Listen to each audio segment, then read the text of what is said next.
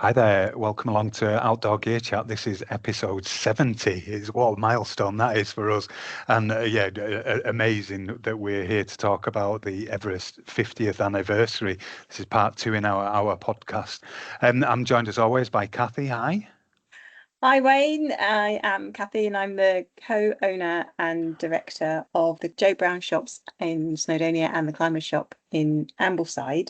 And as I mentioned before, back in episode 13, we talked about the history of the shops that are absolutely founded. The Climber shop opened in 1959, the Brown shops opened in 1966. So they've been selling technical equipment to everybody from folks going out enjoying their hill walking right through to expeditions all through that time frame. So I'm actually delighted to have with us today a guest who is an author, a historian, climber, skier and runner, and who ran the family business Karrimor, who not only our shops have been selling for many years, but Karrimor was a key supplier of the Everest 75 expedition. And our guest worked designing and building bespoke equipment, and also later in his career was key to recreating the clothing worn by Mallory on one of the very, very early Everest expeditions. So welcome, Mike Parsons. Thank you. Hi there, Mike. Yeah, that's incredible, isn't it? I'm fascinated by the whole tale, but particularly the recreation of the Mallory bit is just absolutely astounding. Would you humour me, Cathy? Can we start with that bit first? Messing with my or is it gonna spoil all the flow? It's better to come later. Go on, yeah, go on then. Sorry, go There on. we Yeah, go. let's come. The maestro has spoken. I know. I'm happy with that. I'm happy with that. I know. I am just. I remember seeing something about it. It was absolutely incredible. Anyway, but yeah, I mean, sorry, Cathy. I've spoilt the flow now, haven't I? Already this early on in the chat.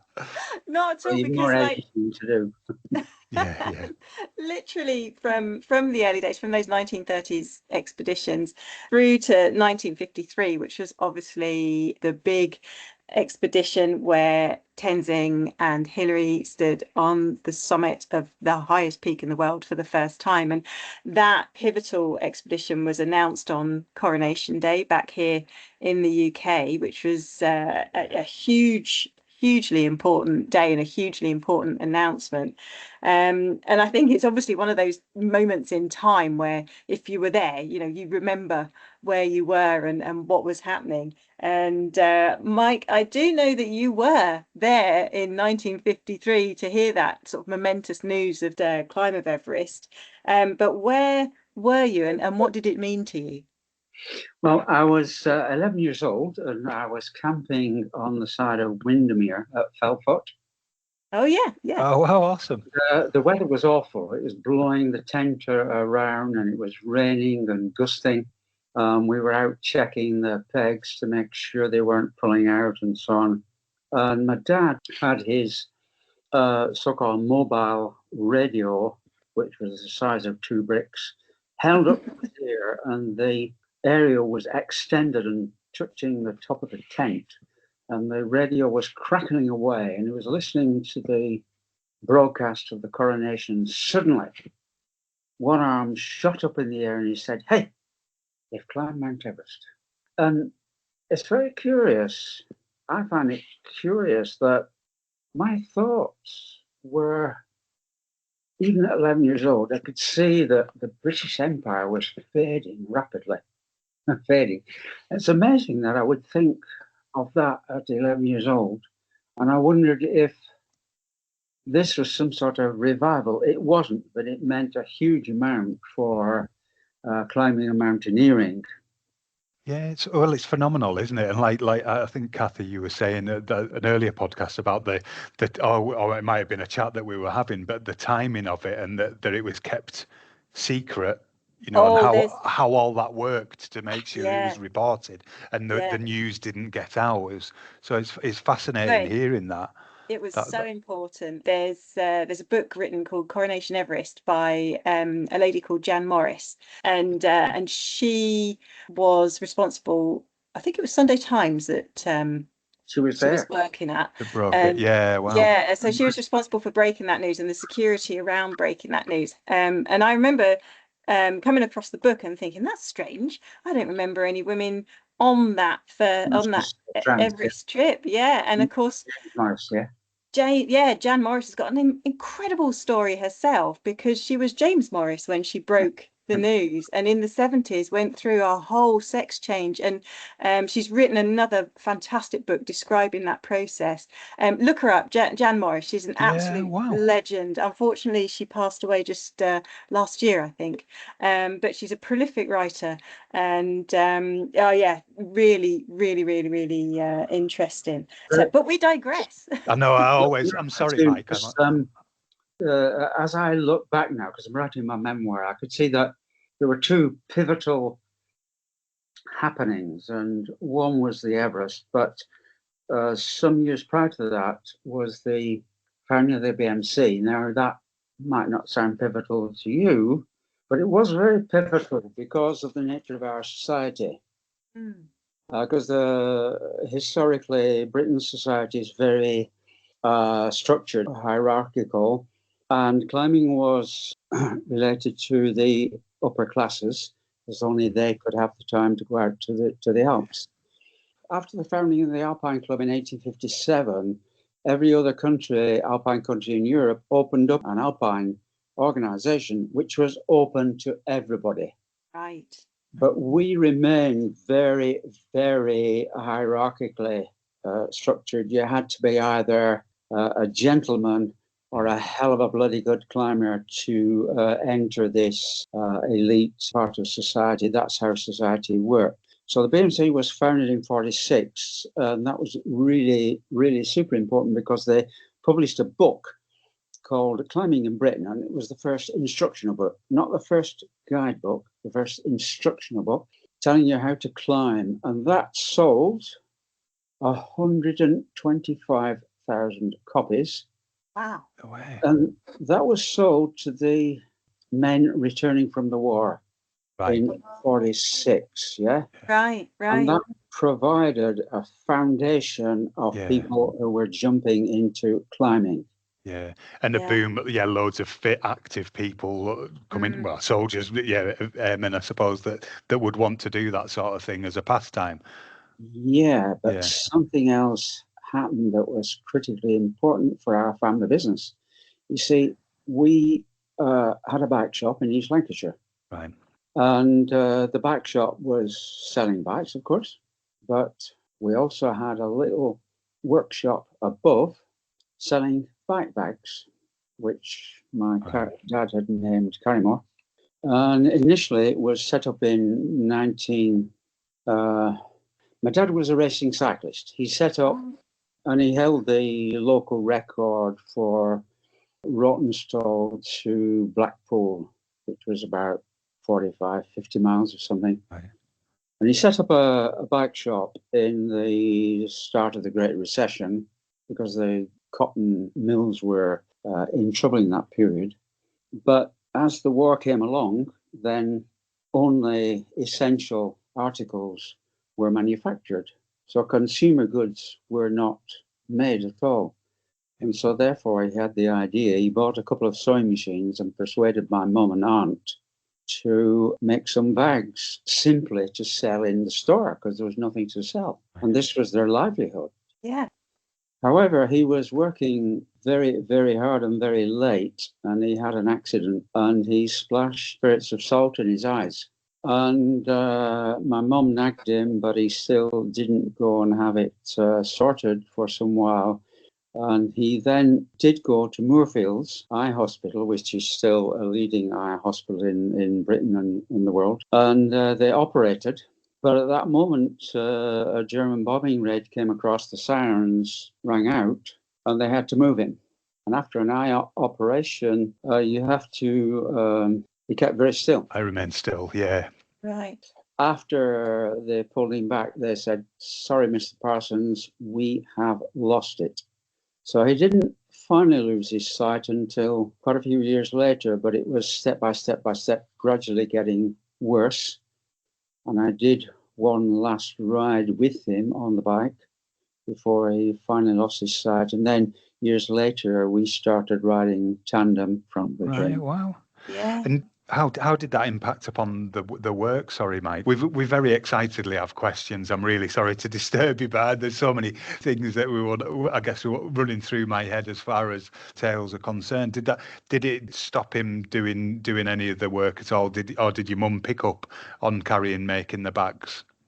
My dad's disability was, he was still a really good ideas man, always came up with ideas. Right.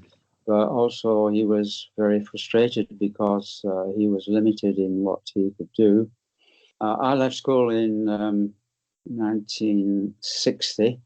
I worked a year in the bike store, learned how to build a wheel and do the usual sort of maintenance jobs on a bike. But something, I mentioned the BMC because the BMC and Everest and so on had a huge impact, because we were a rally bike dealer. Rally at that time was like BMW. It's a really, really important brand.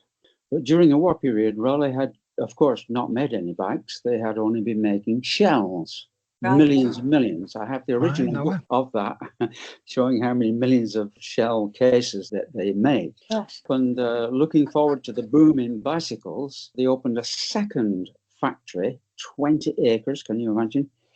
However, shortly afterwards, the bike market completely collapsed for reasons of all people deserting bikes.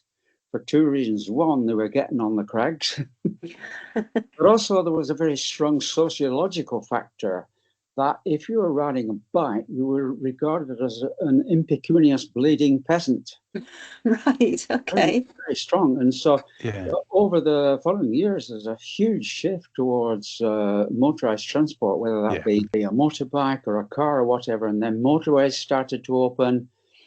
And the national parks and long distance pathways started to open. So that's what the start of the BMC did. I know 1960 to 1995 has sort of been termed as the golden age of equipment, or certainly for as far as outdoor equipment and technology is concerned. So obviously that all kind of sat on a knife edge, I suppose, the family business there with what had happened to your dad and the general sort of societal changes and everything. But I know 1958 was a key year with the introduction of the Karrimor Sac de Grimpeur and the Joe Brown pack in 1950. And I suppose those two styles almost heralded the beginning of Karrimor's dominance of the UK's rucksack market pretty much for 30 years, really. I mean, certainly when I started in the trade, Karrimor was a huge name, and that was heading into clothing as well at that point. But going back to the rucksacks, which were really important, how did you build on these styles and as the new technologies arrived and customers' taste, I suppose, changing over that time? Because 30 years is a long period of time, isn't it? Yeah, thank you. Good question. First of all, a quick fun story about the label we used, Sac de Grimpeur. And what happened was my dad said, look, we need a label for we'd had a couple of people ask for a slim. No climbing rucksacks were being made at that time because the rucksacks were usually from Bergens or somebody like that in Norway, and they were framed and they were clumsy and they weren't suitable for climbing and so on. So a climbing rucksack was completely new. It didn't have a frame. It had was narrow, so there was room to get your arms back and so on, and very simple. So he said, "Look, we need a label and a name for the pack, and we need something French because the French seem to be leading there. You know, the French climbed Annapurna in 1950, so that was a really sort of grim story because of the amputations after frostbite. Yeah. So we need a French word. So being a bike rider, my bike riding French came up with the word grimpeur. The name was completely erroneous. It should have said Sac de Montagne or Sac de Montagnard or something like that. But curiously, not a single person over the years queried it. Oh, how fun. I love that. That's brilliant. Yeah. There's just so much about that. That's fantastic, isn't it? I'm sorry, I was furiously Googling grandpère as you were talking. So it just popped up at the right moment for me. That's absolutely superb. I've just been watching in the last few days Giro d'Italia. I still follow cycling sport, because that was my first sport for many years. I was riding 8,000-10,000 miles a year for several years, So wow. Yeah, that's where I got my legs from. Wow. Anyway, back to the longer story. It's an interesting question. Yeah, we dominated the scene for 30 years. Yeah. Interesting question. I was invited by the Oread Climbing Club of Derby. One of them turned out to be a former customer of mine, and so he was intrigued. And what surprised them also surprised me, because they thought I just sat in an office, and I didn't. When I started, there was like 6 people. So when somebody went ill, or as frequently happened, people were not, changing the job and this, that, the other, I did that operation. And just as an example, I want to show you. Only 3 or 4 years ago, I had a friend come to the climbing hut next door to us. And he said, Mike, I've got this old rucksack and there's nothing wrong with it. It's still functional, but I'm going to update it. But I thought you might like it. I said, oh, okay, let me have a look. And I looked and I said, good heavens, this must be late 60s. He said, yeah, I bought it in 68. And so I looked at it. Wow. I said, good heavens, do you know? That's my stitch work. You see that stitching there? That particular bit? Fantastic. I did that. Brilliant. And sorry for those of you watching, what Mike's just done is literally raised up a rucksack and shown us the stitching on it that you did in the 60s, Mike. That's fantastic. Yeah. There's no doubt that I did it, because there's only one machine that did that. Right. It was a very, very special machine, and no one else liked to use it. So I did all the operations on that thing. Again, I go back to the Oread, and that surprised me. For me, manufacturing is getting involved. So I didn't make the patterns for the Joe Brown pack because my aunt had done that, but I learned from how they'd done that. And the next one was Don Willans arrived. I was upstairs cutting leather at the time. Eric, the shop manager, who was my training partner, he was a national hill climb champion. He called up the stairs because there was no separate entrance to the workshop. It was just up the stairs through the shop. So they just called out somebody to see you. And so I went downstairs, and there's this short, squat guy. Say, hi, how do? I'm Don Willans. You might have heard of me. I come from, I live up the road near here, and you're making a pack for a mate of mine, Joe Brown. Can you make one for me? I said, yeah. Brilliant. Yeah. Just tell us what you want. Because no strategy, that's what we did, Mm. And so, we were looking for things to make. And so, literally it was that bespoke. It was, we can make it for you, for want of a better phrase. Was that what you were doing back? You weren't churning out, for want of a better phrase, loads of the same sort of pack. We made them available. Yeah. As I say, I didn't do the patterns. My aunt did the patterns for the Joe Brown, the first version. Yeah. But there was something like 1, 2, 3, about 3 or 4 versions of the Joe Brown pack. Yes. Yeah. I think that sort of is really key, though, to sort of going on to that sort of 30-year domination, because from the outset, you had a clear understanding of what was involved in the manufacturing aspect of those items, but you're an active user as well, so you could go out and test them. And then as you sort of work through your career, I know over your career, you work with some best climbers of their eras, listening to their feedback and translating that back into product and putting that product back out into the marketplace to become commercial. So I think that whole cycle, if you think that you as one person doing all of those roles versus, let's think about a larger corporation where there's a department that does the design. They may or may not speak to the department that sources the fabrics, and they may or may not speak to the department that deals with returns and knows what goes wrong, with product. So that kind of potted knowledge and expertise all the way through the process. I think that must have been really important and pivotal to the products speaking for themselves for such a long period of time. What was important was listening, and my strength was listening to the leading edge people. Yeah. Listening to Joe Brown, listening to Don Willans, listening to Dougal Haston, listening, and not assuming that I knew.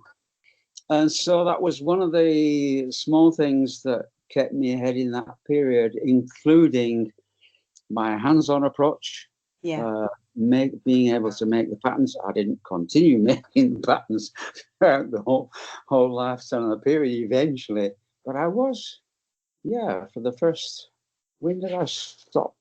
I was careful. I got my brother-in-law, became my pattern maker, because I didn't want to teach anybody else. Right, yeah, keep it in the family. And that would not be until the 70s. Right. So I made all my own patterns through that, all the way through to, So that put you in a perfect position in 1975, or it might even have been 1974, in the build-up to the Everest Southwest Face expedition, to work with the team to create bespoke equipment for that trip, I guess, didn't it? What were the sort of things you worked on?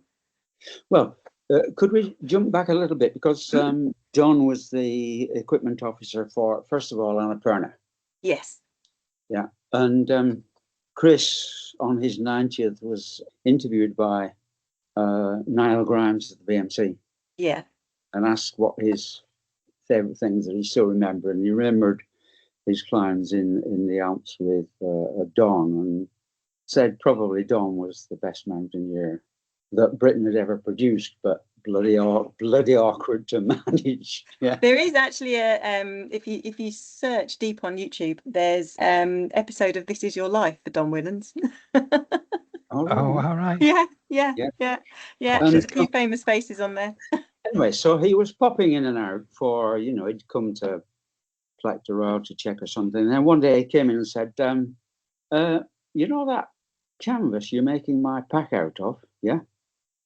He said, look, well, could you make me a tent out of that? If I made an angle iron frame, could you make me a tent out of that? I said, yeah. So I made him something pretty basic, and he wanted that for Patagonia, because that's where his first idea came from. And in my memoir I'm talking about, I've got the original pictures from Chris, because he said this story from Mornington, this story needs to be told. Yeah.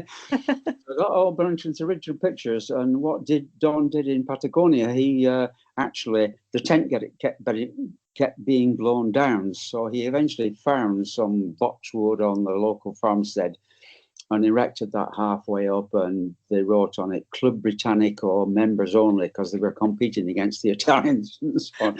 So I've got the picture showing that written on the doorway. So this is absolutely fantastic. So what he wanted, he went back again to Patagonia, of course, and so what he wanted was something to be reliable, and instead of having to trust to luck finding some scraps of wood and so on and so on. So that's what I made for him. And that was about mid-60s. And then comes Annapurna. And John was asked by Bonington to be the equipment officer.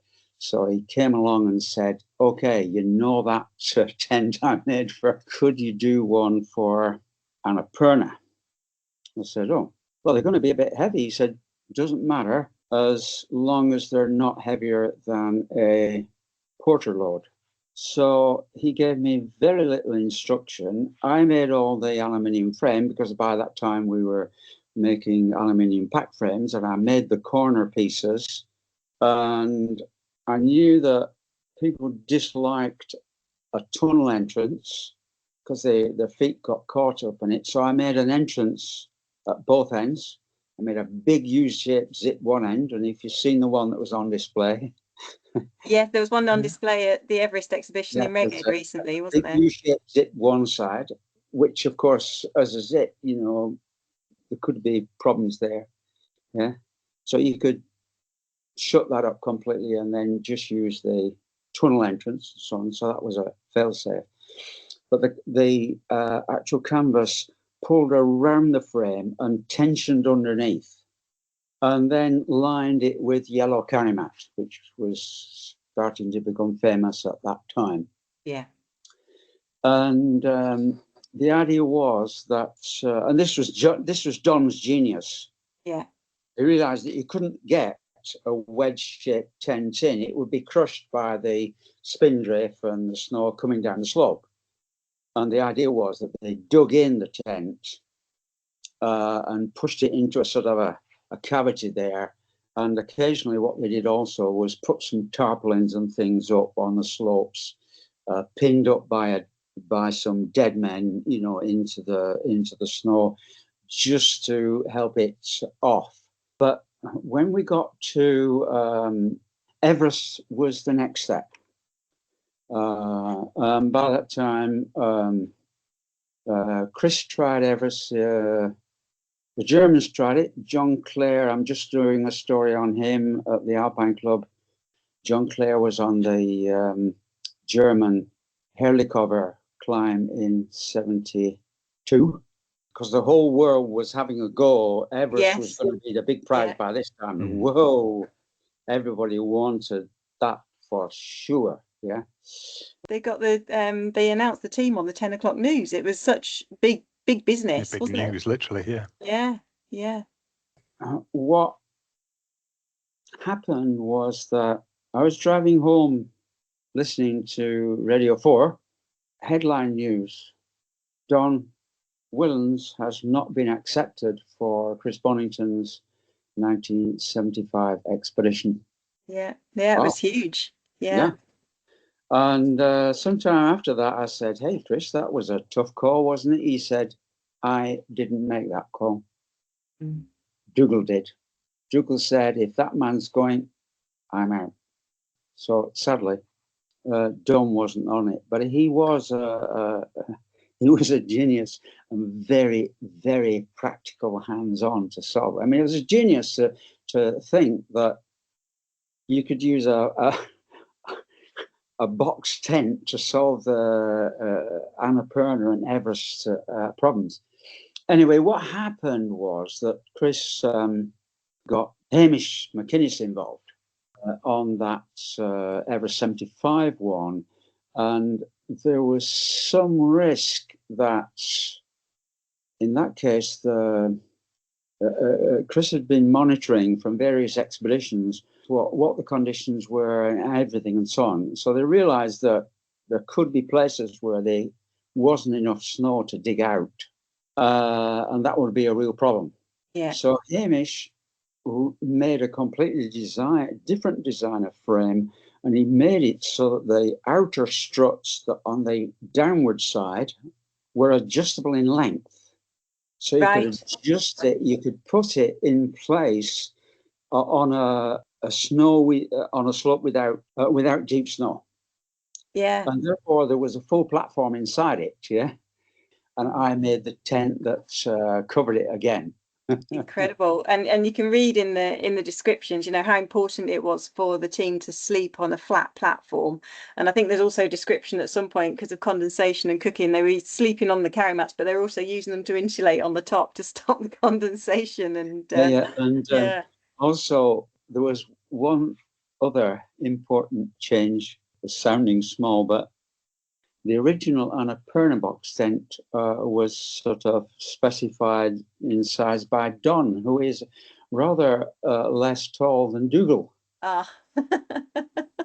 And so the 75 tents were made rather longer. Right. Yeah. And as a tallie, I can relate to that. Yeah, I'm 6'6", so I can understand that one. Blimey. Sleeping with your feet out the tent. Yeah. Yeah. So as well as the box tent was obviously extremely important for expeditions of that time, but you made the rucksacks as well, didn't you?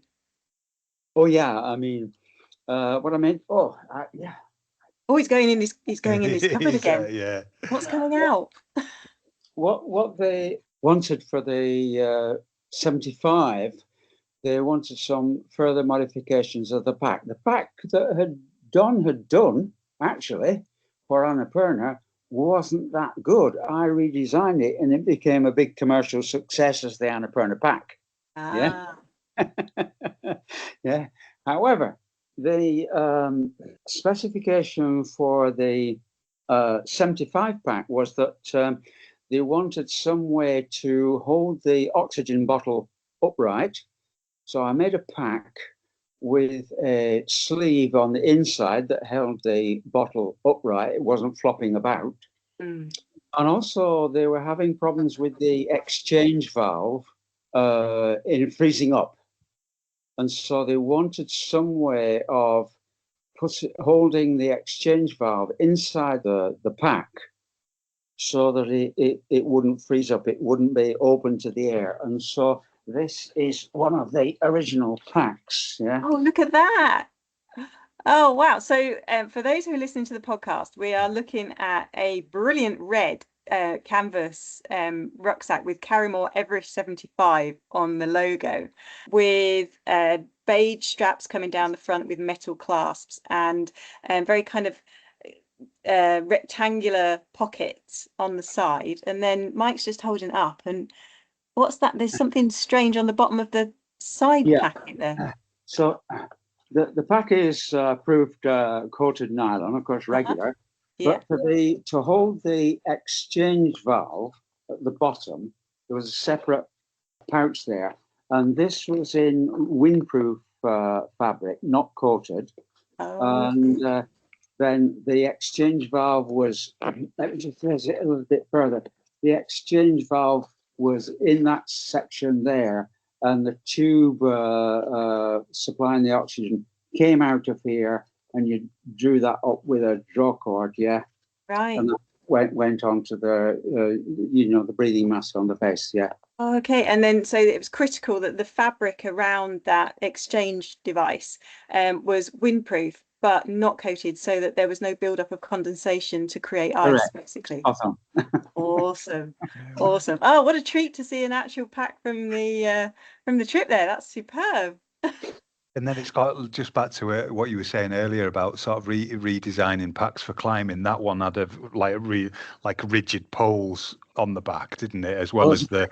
By that time, yeah, that's the word. Come in. In many cases, you see, once they got to a certain altitude, the number of Sherpas able to do that was limited, and so they needed something which was a good loading, so you've got a full hip belt there. Yeah, cool. Yeah. And so at that time, this was before hip belts had been designed into soft packs, yeah. However, when I delved into details, you never know what actually is going to be used for sure on an expedition until you delve into things. So I said, Dougal wrote me a piece about them bivvying as they descended, highest bivvy ever. Yeah. And they used my yellow carry mats, and they survived that thing. And I still recall Dougal with Doug coming down, and they had this overnight bivvy, and they were checking that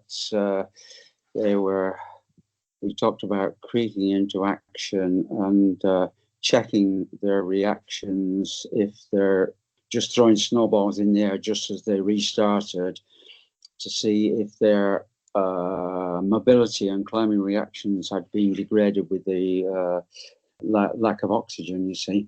Wow. Yeah. And I still remember that description, and Dougal wrote that up for me, and I put that in the Karrimor catalogue. So that sort of story in the Karrimor catalogue, I mean, you're asking me about what the domination was. Well, I had some terrific stories in the Karrimor catalogue. Well.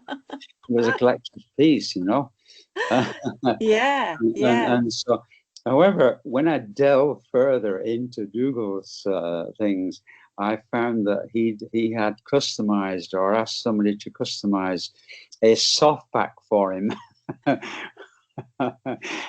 with a sleeve in. Yeah, for certain parts of the route, he still wanted an alpiniste. Yeah, right. with a tube. We're holding the upright thing. But until you ask the question, penetrate, you don't know for sure. So he was adapting your designs on the go almost, basically, wasn't he? On mounting. So, yeah. But working with leading climbers, you very often they only knew what happened if there was a problem, but they didn't know how it had happened and so on and so on. Yeah. And that was getting proper stories out of them for feedback was quite problematic. Yeah. But I just was good at asking questions. And then translating it. Translating it into the notes. So we're kind of we're zooming through time, but I know Wayne, you were really keen to hear a bit more about later in your career, Mike, when you collaborated with Dr. Mary Rose on it's an academic project to recreate the clothing worn by George Mallory, who went missing near the summit of Everest in 1924, I think it was. It was really, really early, wasn't it? Can you just very, very briefly sort of tell us, you kind of explained how it became possible and how you became involved, but what key elements did you learn from that project? Okay, let me tell you first of all why it happened. During the period that Mary and I were writing and researching the book Invisible on Everest, the Mountain Heritage Trust was established, and it was set up at Reged, as you probably recall. Yes. And I said to Mary, this sounds important, I'm going to get involved and so on, and see if I can help and so on. So I did some of the writing of the boards, and I was helping the setup because we were still knocking nails in and doing all sorts of things. At 10 p.m. on the evening before, Tony Blair arrived to do the official opening. Yeah, right. And so only the evening before, the pieces had arrived back from Mallory's body, and so they just took out some key pieces, and one key piece was his name tag on his jacket that they put there, and some goggles. So that was very nice. So I said, "Oh, is there anything else?" He said, "Oh yeah, well, there's 3 boxes." Oh, so I went back the day afterwards, and there's 3 boxes, and I unscrewed them, and there's all these layers interleaved with tissue, but the original blood is still caked on there. Oh gosh! And I thought, oh, geez. However, at that moment, something clicked and connected, because when Mary wrote to me about collaborating on the book, she had quoted George Bernard Shaw in 1927, who said, the 1924 Everesters were dressed as though for a picnic in Connemara, but surprised by a snowstorm. Right. And Mary quoted that quote to me on an email. And I said, I don't think that is correct. And she was very surprised by me as a manufacturer of modern equipment saying that. And so that was part of the thing that gelled us together. She's saying, oh, hang on, somebody different here. And so then several years, sometime later, as I'm opening the boxes, she's okay. On the phone to Mary. Mary, this is what I'm finding. Do you happen to know anybody who is in the business of restoring ancient textiles? She said, as a matter of fact, I do. And she was running a trust, Passall Trust, based on Ladybird and so on. And they used to discuss things, and she was chairing that. And she said, yes, one of the members of my trust is a researcher at a university department linked to Southampton, but based just north of there. I'll give her a call. this person was on study leave or something for a month, but nevertheless came along pretty soon and said, yeah, look, we deal with things much more difficult than that. So the problem was how to, this needed money. This is not going to be done for fun. Yeah. Yeah. So we put together a project, a proposal to the Heritage Lottery Fund, but they wouldn't provide 100%. So Mary had some funds within the Passold, and she provided £3,000, £4,000, £5,000 or something like that. Yeah. And the Heritage Lottery Fund provided 21,000. Yeah. So the total cost was £25,000. And Mary did a brilliant job. She coordinated 5 universities. Yeah. Just amazing. There's all different skills. Yeah. And we had 2 pieces. Mary did a brilliant, like I said. If ever you wanted to exit from academic, you'd make a brilliant product manager, you know. The whole project is incredible, start to finish. Yeah, wow. And we might actually have to come back and do a separate podcast on that specifically. I think we do need to. Yeah, absolutely fascinating. Yeah. And I've been lucky enough to see the recreated suit, and my gosh, I mean, it is so tactile. The fibers are just beautiful. The amount of layering is absolutely fascinating. And so when we tested, we did 2 tests. We had one guy got up to 25,000 feet, and he said, yeah, I would have been, if the weather had been good, I would have been willing to summit in this outfit. And it was incredibly free and flexible and so on, super. And it was also tested at Loughborough University. Certainly it was equivalent to the sort of things you would use on a polar trip.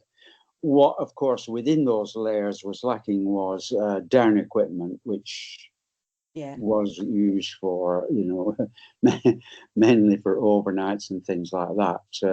Down, if you recall the guy, George Finch, he had invented a down jacket in 1922. Everybody loved that. He was Australian and didn't get on with anybody, and they didn't get on with him, so they didn't invite him back again. But actually, he was a brilliant alpinist, probably better than Mallory. And so they missed the down jacket. And so my theory is that when George Finch did his talks in Germany and Paris, a rather important person called Pierre Alain, famous rock boot fame, of rock boot fame and Fontainebleau. He was the instigator of Fontainebleau. I have a good bet that he heard Finch. And so when we came to Everest 53, the down equipment was French made because there wasn't yet any British makers of down. Yeah. But 75, of course, Pete Hutchins and Mountain Equipment was already there. They had it covered. Also, if you happen to be talking about Kanchenjunga, the Everest 53 had a brilliant, absolutely brilliant piece of footwear, which was used again on Kanchenjunga and probably used by Joe, I'm sure. Yes. And it was forgotten about and never used again. Oh, right. Really? Completely forgotten. Yeah. Because there was no market, there was no entrepreneurs involved and so on. It was a technical project by Griffith Pugh, the government scientist, and it was a brilliant boot. I have pictures of that boot and can give you a picture if you need it in comparison with the Mallory boot. Yeah. Right. Well, that's a date, Mike. Definitely. Because that's just fantastic. Oh, amazing. I mean, we can literally carry on and talk all day, but unfortunately we are very much out of time. But you can see a Joe Brown original Joe Brown Karrimor pack, which is on display permanently in our Capel Curig shop. And we do have at the moment a display of old, I think we've got old Jaguars, a Sac de Grand-Peur. We have an original Sac de Grand-Peur on display in our Ambleside shop, the Climbers shop. So please do come along. They're just up in the stairwell to go and see. You will find in the show notes links to Mike's book in association with Dr. Mary Rose, Invisible on Everest, which is all about the clothing and the project involving the Mallory clothes.